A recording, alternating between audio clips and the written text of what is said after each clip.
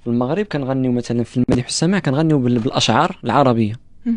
يعني الاشعار ديال الشعراء العرب، جلال الدين الرومي، الحلاج، بزاف ديال الشعراء، الامام الشستوري. كنستعملوا حنايا هاد الاشعار وكنغنيو فيهم، وكنستعملوا الاشعار اللي هما بالدارجه ديالنا. هذاك الزجاج اغلبيه كيتغنوا في الملحون. دونك الزجال هو اللي بالدارجه. الملحون الزجاج بالدارجه ديالنا هذاك، أوكي. يعني مغربي خالص.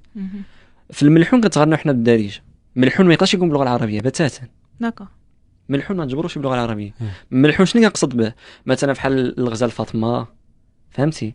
مثلا ارفق يا ملكي، عرفتوا هادو زعما. ايوا بالضبط، هادو يعني مكتوبين بالدارجه، يعني ماشي باللغه العربيه، لان اللغه العربيه ما كتغناش فيها ملحون مره. اوكي. ولكن في الطرب الاندلسي تقدر تجبر اللغه العربيه. في الغزال فاطمه اش كيقول فيها؟ شنو في ديك الغزال فاطمه كيفاش كتبدا؟ رحميه راحت العقل ترحامي، من جفاك طال سقامي، كيف نبقى حاير وانتي مسليه، روف بيا الغزال فاطمه، رؤوف بيا، رأفي بي زعما، رؤوف بيا الغزال فاطمه. دونك اللي كيتغنى بالدارجه راه خاصو هو هكاك.